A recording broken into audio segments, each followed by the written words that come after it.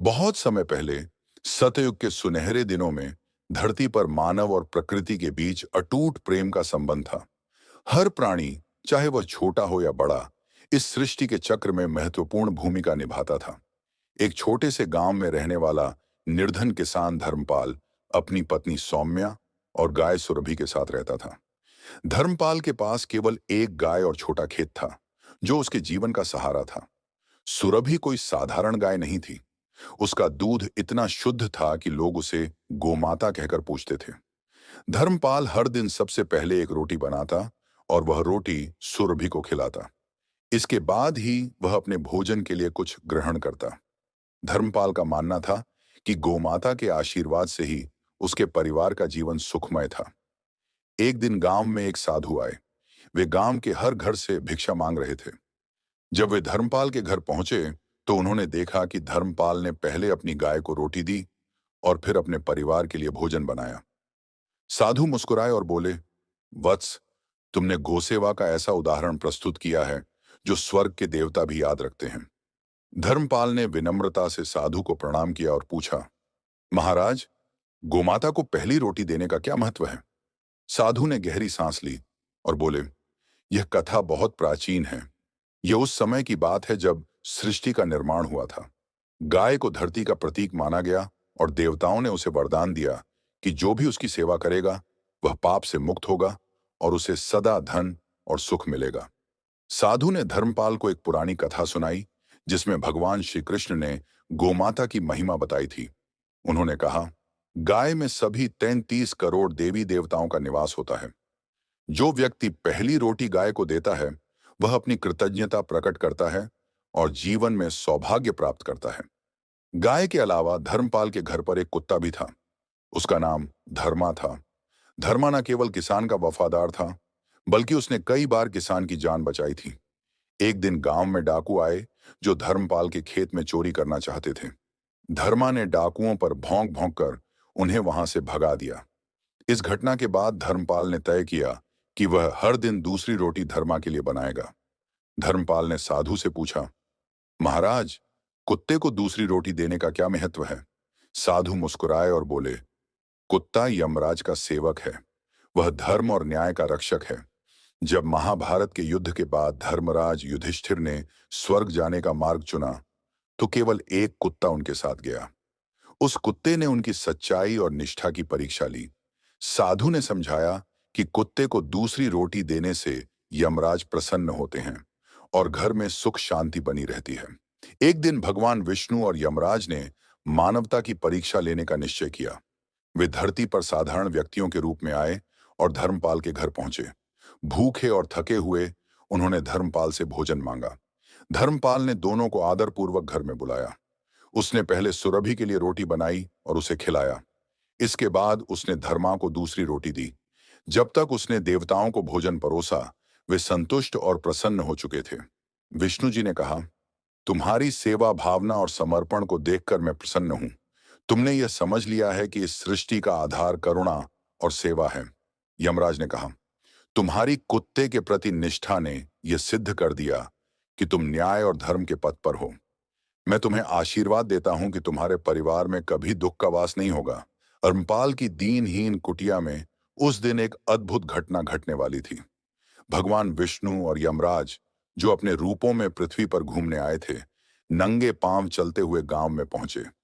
वे चाहते थे कि एक सामान्य किसान का धर्म और निष्ठा परखें। वे भूखे और थके हुए थे और उनके साथ कोई साधन नहीं था। धर्मपाल, जो उस समय अपनी गाय को चराने गया था, जब वापस लौटा तो देखा कि दो अतिथि उसके घर पर खड़े हैं। वे साधारण वेशभूषा में थे, लेकिन उनके चेहरे पर एक दिव्य आभा थी। धर्मपाल ने उन्हें देखा और उनके पैरों में श्रद्धा से नमन किया। स्वागत है श्रीमान, कृपया अंदर आइए। क्या आप भोजन के लिए आए हैं?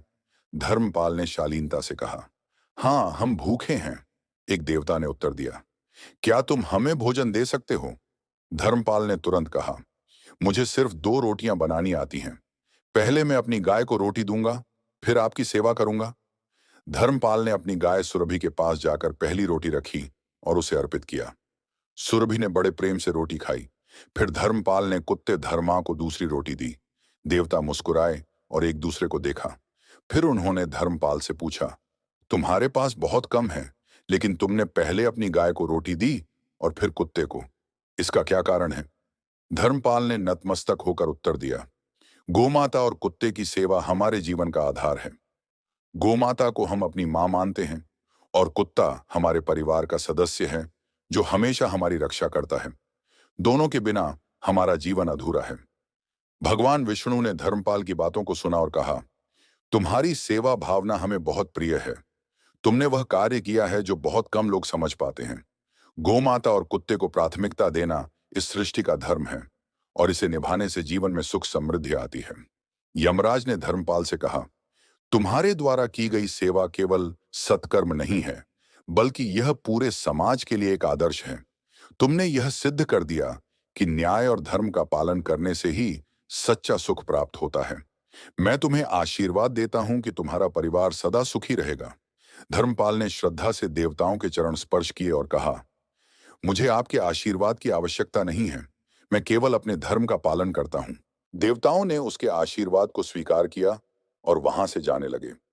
जाते समय भगवान विष्णु ने धर्मपाल को एक संकेत दिया, याद रखना, जो व्यक्ति पहले रोटी गाय को देता है और फिर कुत्ते को, वह सच्चे सुख और समृद्धि का भागी होता है। धर्मपाल ने देवताओं से मिले आशीर्वाद को अपने जीवन का हिस्सा बना लिया। उसने हर दिन गोमाता को पहली रोटी दी और कुत्ते धर्मा को दूसरी रोटी दी।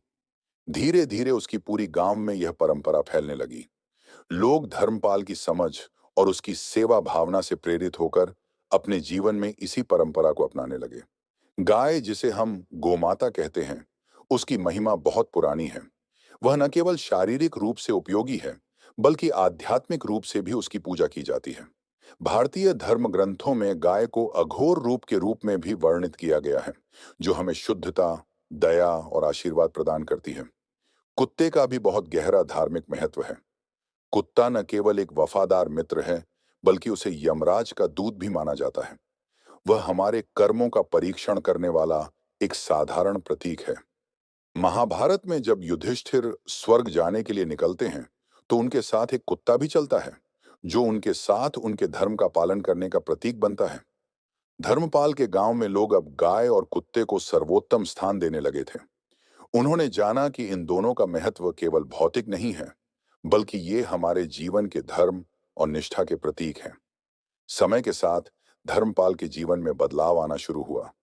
पहले उसकी गरीबी थी, लेकिन अब उसके पास संपत्ति और समृद्धि का कोई कमी नहीं थी। उसकी खेती से अच्छा अनाज और फसलें होने लगीं और उसका परिवार सुख शांति से रहने लगा। गांव वाले उसे देखते हुए कहते, धर्मपाल के जीवन में जो बदलाव आया है, वह उसकी सेवा और कृतज्ञता का परिणाम है। उसने जो परंपरा शुरू की थी, वही आज सबके जीवन में सुख लेकर आई है। धर्मपाल की यह कहानी अब पूरे गांव में प्रसिद्ध हो गई थी और लोग उसे अपने आदर्श के रूप में देखने लगे थे। उन्होंने जाना कि सच्ची समृद्धि और सुख केवल बाहरी चीजों से नहीं, बल्कि आत्मिक सेवा और आस्था से आती है। धर्मपाल ने कभी भी अपनी परंपरा से भटकने का नाम नहीं लिया। वह सदा गाय और कुत्ते को प्राथमिकता देता और उन्हें पहले रोटी देता। उसकी यह परंपरा आगे आने वाली पीढ़ियों तक जीवित रही और समाज में करुणा और सेवा का महत्व बढ़ाया। कई वर्षों बाद धर्मपाल का निधन हुआ, लेकिन उसकी परंपरा और शिक्षा आज भी जीवित है। उसकी कहानी अब एक सशक्त शिक्षा के रूप में गांवों और शहरों में फैलने लगी। लोग सीखने लगे कि जीवन में सुख, समृद्धि और शांति पाने के लिए हमें अपनी जिम्मेदारियों और कृतज्ञता का पालन करना चाहिए। धर्मपाल का जीवन हमें यह सिखाता है कि अगर हम अपने कर्तव्यों का पालन करें, जीवों के प्रति दया रखें और सच्चे दिल से सेवा करें, तो भगवान की कृपा हम पर हमेशा बनी रहती है।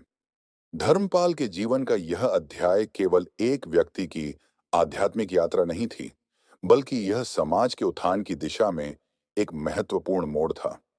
उसकी परंपरा, जिसमें गाय और कुत्ते को पहले रोटी दी जाती थी, धीरे धीरे पूरे क्षेत्र में फैलने लगी। लोग अब इसे एक धार्मिक कर्तव्य के रूप में निभाते थे और इसने गांव के लोगों के जीवन में एक नई दिशा दी थी। धर्मपाल की पत्नी सौम्या, जो हमेशा अपने पति के साथ कदम से कदम मिलाकर चलती थी, अब गांव की अन्य महिलाओं को इस परंपरा की महत्वता समझाती थी। उन्होंने बताया कि यह केवल एक शारीरिक कृत्य नहीं है, बल्कि यह आध्यात्मिक स्तर पर जीवों के प्रति सम्मान और कृतज्ञता व्यक्त करने का एक तरीका है। कहना था कि जब तक हम अपने आसपास के प्राणियों को सच्चे दिल से आदर नहीं देंगे, तब तक हम समाज में सच्चे सुख का अनुभव नहीं कर सकते। गांव में एक दिन एक व्यापारी आया जो अपनी संपत्ति और वैभव को लेकर घमंड करता था। उसने धर्मपाल की रोटी देने की परंपरा को सुना और उसका मजाक उड़ाया। उसने धर्मपाल से पूछा, तुम्हारा क्या मानना है?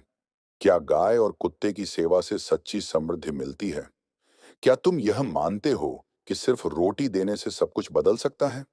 धर्मपाल ने सरलता से उत्तर दिया, व्यापारी भाई, यह केवल रोटी देने का मामला नहीं है। यह विश्वास और कृतज्ञता की अभिव्यक्ति है। जब तुम किसी को बिना किसी स्वार्थ के अपनी सेवा देते हो, तो तुम्हारे कर्म तुम्हारे जीवन में आशीर्वाद बनकर लौटते हैं। व्यापारी ने धर्मपाल के शब्दों पर ध्यान दिया और सोचा। फिर उसने धर्मपाल से कहा, यदि तुमने सही कहा है, तो मैं भी इसे अपनी दिनचर्या में शामिल करूंगा। इसके बाद व्यापारी ने अपने घर लौटते हुए गाय और कुत्ते की सेवा करना शुरू किया और कुछ ही समय में उसकी जीवन शैली में भी बदलाव आने लगा। उसका व्यापार और भी बढ़ने लगा और वह समाज में एक सम्मानित व्यक्ति बन गया। यह घटना गांव में एक शिक्षाप्रद कहानी बन गई, जो लोगों को सिखाती थी कि सच्ची समृद्धि केवल भौतिक संपत्ति से नहीं, बल्कि आंतरिक शुद्धता और दूसरों की सेवा से आती है। समय के साथ धर्मपाल और सौम्या के परिवार में एक और सुखद बदलाव आया। उनके बच्चों ने भी अपने माता-पिता से यही शिक्षा ली थी कि गाय और कुत्ते की सेवा से जीवन में शांति और समृद्धि आती है। उनके बेटे राघव और बेटी सुमिता दोनों ने अपने जीवन में इस परंपरा को अपनाया और दूसरों को भी इसके बारे में बताया।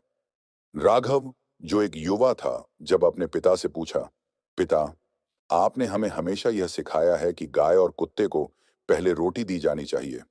क्या इससे हम केवल भौतिक समृद्धि पा सकते हैं? धर्मपाल ने जवाब दिया, नहीं बेटे, यह कृत्य तुम्हारी आत्मा को शुद्ध करता है। जब तुम किसी प्राणी को बिना किसी स्वार्थ के सेवा देते हो, तो तुम्हारे अंदर करुणा और निष्ठा की जागृत होती है।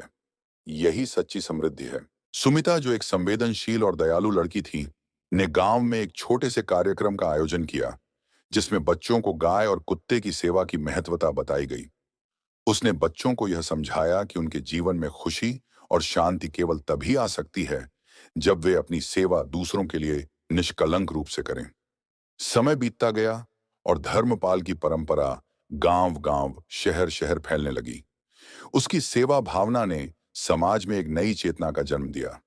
लोग अब न केवल गाय और कुत्ते की सेवा करते थे, बल्कि हर जीव के प्रति प्रेम और दया की भावना रखने लगे थे। धर्मपाल की शिक्षा ने समाज के हर वर्ग को एकजुट किया। छोटे किसान, व्यापारी, शिक्षक और बच्चे सभी ने मिलकर एक संकल्प लिया कि वे अपनी जिंदगी में हमेशा गाय और कुत्ते की सेवा करेंगे। इसके साथ साथ उन्होंने यह भी समझा कि यह परंपरा केवल एक शारीरिक कर्म नहीं है, बल्कि यह आत्मिक शुद्धता की प्रक्रिया है। समाज में इस परिवर्तन को देखकर भगवान विष्णु और यमराज एक बार फिर धरती पर आए। वे धर्मपाल के घर पहुंचे और कहा, तुम्हारी सेवा ने इस भूमि को धर्म और निष्ठा से भर दिया है। तुम्हारे द्वारा शुरू की गई परंपरा अब न केवल तुम्हारे परिवार के लिए, बल्कि समस्त समाज के लिए आशीर्वाद बन चुकी है। धर्मपाल ने विनम्रता से उत्तर दिया, महाराज, यह केवल मेरी परंपरा नहीं है, यह सभी का है जो इस दुनिया में प्रेम और दया के साथ जीते हैं।